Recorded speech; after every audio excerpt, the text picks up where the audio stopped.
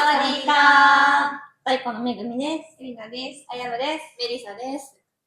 本日は3月28日にミャンマーで起きました地震の、当時の私たちの状況とそういう話をまとめていけたらなと思います。太鼓チャンネル。多くのメディアではマグニチュード 7.7 と報道されています。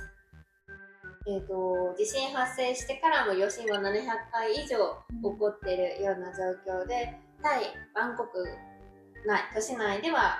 電車、PTS、MRT なども当時は状況がはっきり分かるまでは運行を停止して様子を見るなど、ショッピングモールも営業中止して状況を確認するっていうような状況があったと思うんですけど、まず日本だったら地震が起きた時ってどんな風に皆さん染みついてますかね？やっぱりすぐ避難っていうのは第一に頭に浮かぶことで、その時にやっぱ幼い、走らない、喋らないとか、そのやっぱ幼少期に教え込まれたのがこうパッて出てきて逃げなきゃみたいな状況にはなったなって思います。確かに。めぐみさんは特に日本だったらこうしてるなとかあります？日本だったら、それこそあやまが言ってたように小さい頃から避難訓練っていうものをやはり日本人はしてるから揺れたらまず冷静に机の下に入るとか、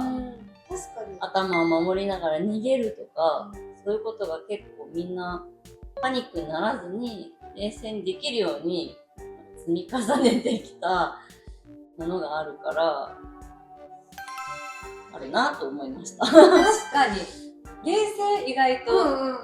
じゃあ次こういう行動した方がいいのかなっていうのは避難訓練で染みついてる、確かにそんな気がする。でもじゃあ今回バンコクで起きた時、何してました？めぐみさん何してました？私は麻生区にあるターミナル21っていうデパートのメインフロアにいてイベントに参加してて椅子に座っていたんだけども、急になんだろう、円を描くような揺れを感じて、でその直後にタイ人の叫び声、キャーみたいな声が聞こえたので、私最初やっぱり地震がタイで起きるって思ってないから、テロが起きたんだって思ってしまって、でもう子供をもう脇に抱えてとにかくすぐ外に出て、タイ人たちも外に出てきてて、で周りの人に何があったか分かるって聞いたら、やっぱりその人も銃声のようなものが聞こえた気がするみたいな感じでパニックになっちゃってて、日本人の方だったそれでやっぱり私もテロなんだって思ったんだけども、ちょっと冷静になって X を開いてみたら地震っていう情報が出てきて、地震なんだみたいな。でみんなやっぱり外出てもうずっと建物を見上げてポカーンってしてどうしたらいいかわからない状況、だから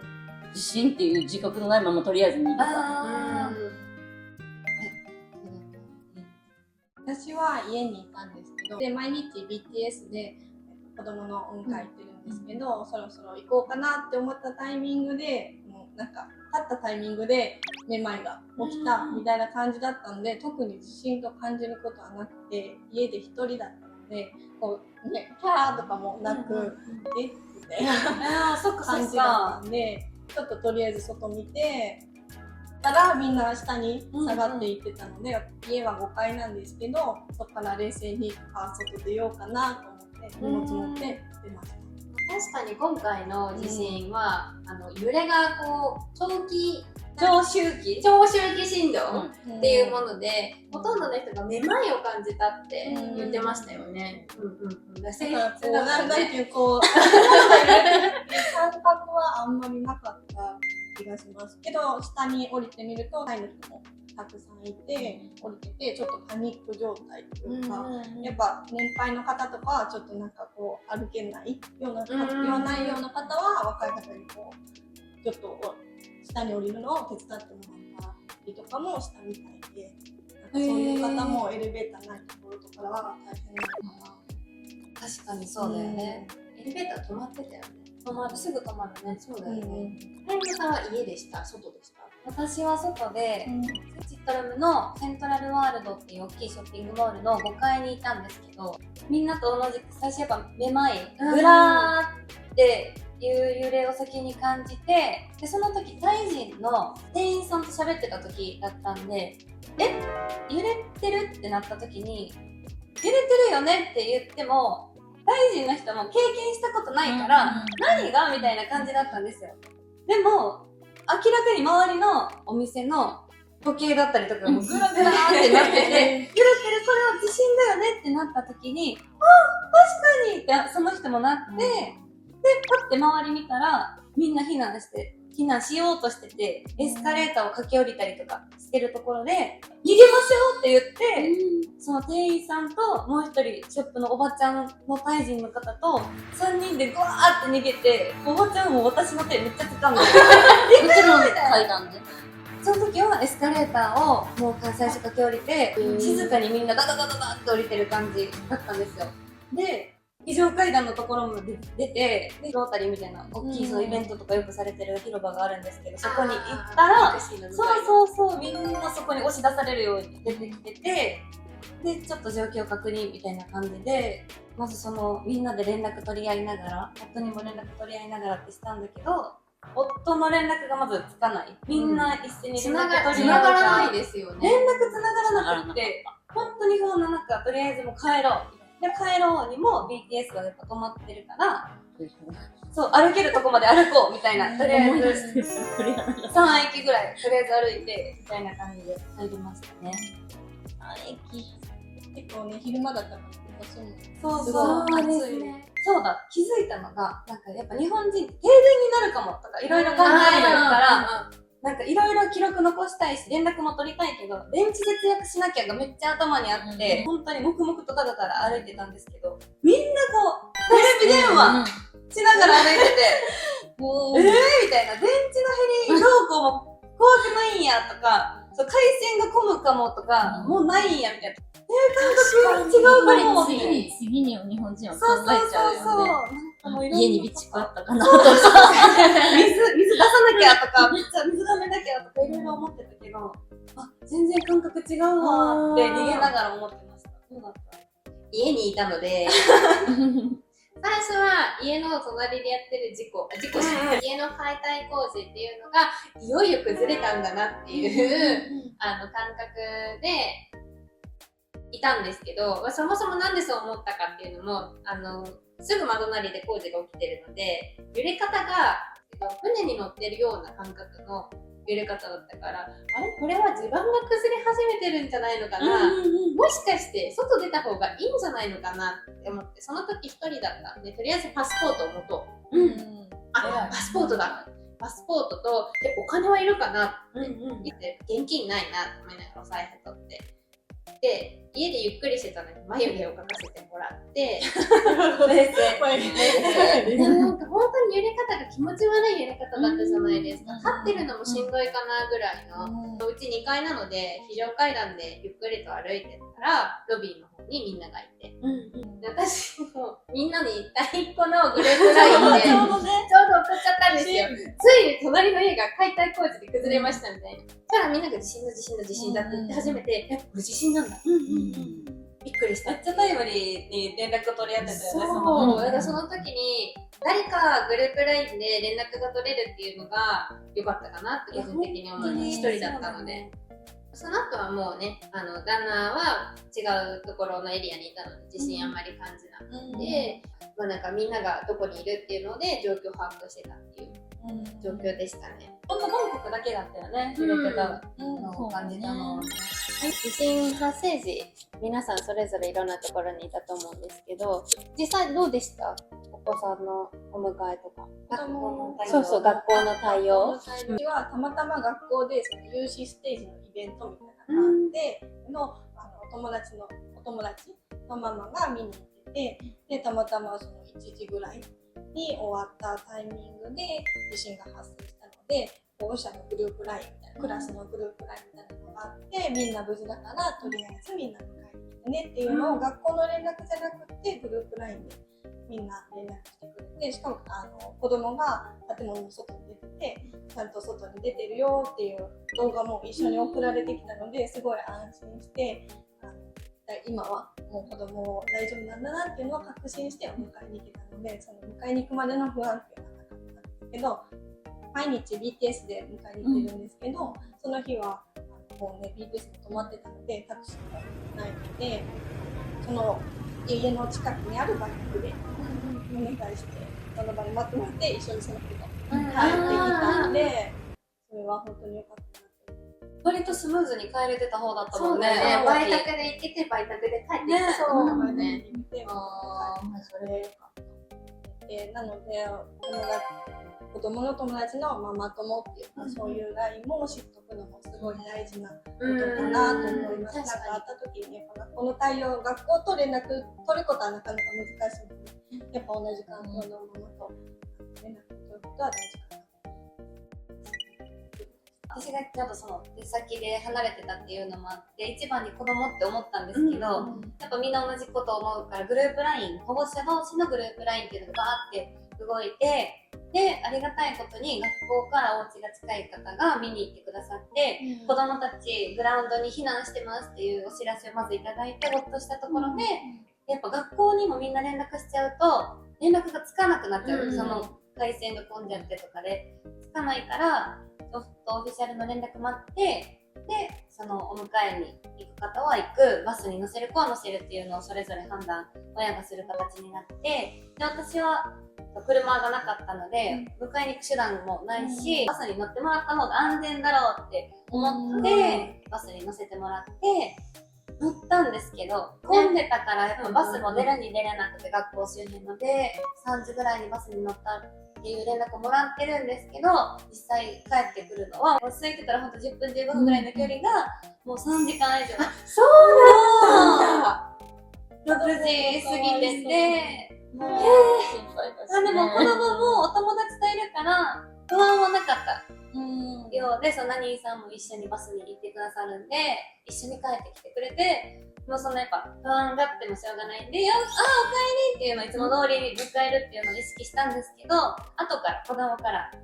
状況を聞いた時に、みんなで揺れてる、避難だってなってバスに乗ったまではいいんですけど、連絡をスマートウォッチ、学校はやっぱスマホを持てないから、スマートウォッチを持ってる子がママに連絡してたって言って、連休明けて、その今週から学校が始まってるんだけど、もうスマートウォッチの子が増えたよって言って子供が言ってて、そうで、今週夫と喋れる時間があるから、もうその時にもう買いに行こうって今喋ってるところです。確かにその話で思い出しましたけど、日本で大きな地震があった時もスマホをお子さんに持たせるじゃないけど、小さい子供用の増えたって話ありましたよね。居所と連絡が取れるって大きいよね。分かる GPS でね、場所が分かるだけでも。そうか、そうなんだ。だから意味あるってめっちゃ思いました。その子供に GPS を持たせるだけでもやっぱ違うなって思って、学校としてはお迎えに来てくださいっていうところと、バス出てますっていうのはやっぱ分かれてたね。グラウンドで先生がギター弾いて、その子供を落ち着かせようとしてくれてるところとかもあったりしたっぽくて、そのママ友情報によると、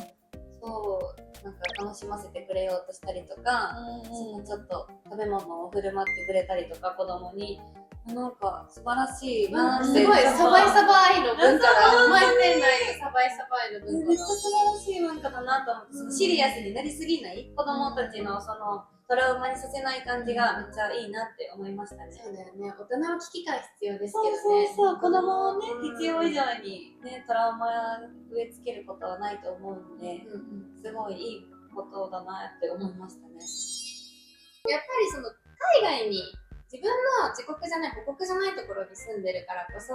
家族の心配とかも気になってしまうと思うし、やっぱ心配事って多いですよ。大きいですよね。普段の日本で地震が起きた時に比べたら。どこに行ったらいいのかわからないですよね。避難経路とか避難場所も日本だったら、こうとか、そういう高い津波の影響で高い。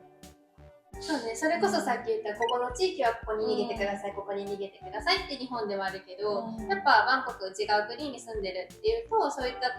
おろそかになってるわけではないけれども、今まであまり意識がしなかったなっていうところだと思うんですね。でも実際バンコク内逃げるところあったの知ってま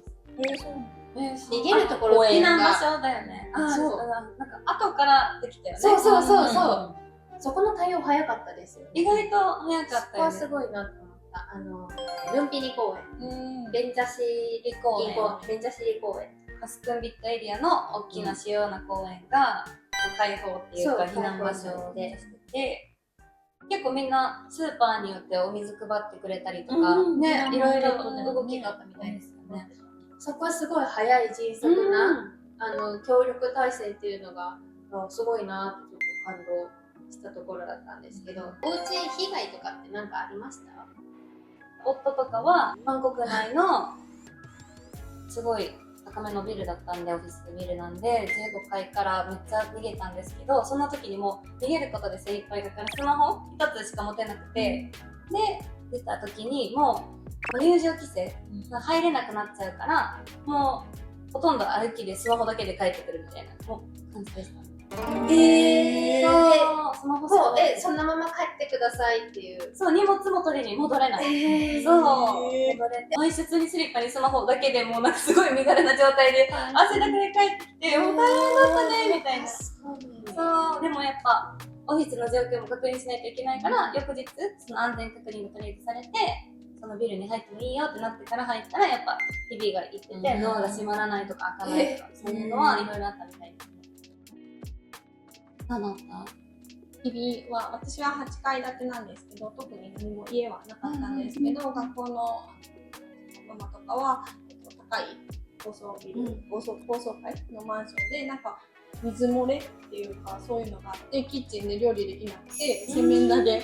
その間料理しないといけないとか、なのでその間ちょっとホテルで住んで、そこから学校子供たちも学校通ってっていう方もいて、その方はまあ低層階、やっぱり低層のマンションがいいということで引っ越すということで、今回低層階のマンションに引っ越したっていう話を聞いて、大変。もう本当に引っ越しもそうだし、修理もそうだし、生活にも影響が。私は大丈夫。うちも低層階のアパートで2階に住んでたので、特にひび割れもなかったし、被害はなかったんですけども、地震あった日にアパートに帰る途中にふと上を見上げたら、高層階のアパートのプールの水が滝のようにわーってなんか上から流れてくるのを見て、うわー大変だこりゃと思って。実際に見たんですか、それそうは？なの。すぐバイタク捕まえて家に帰ろうって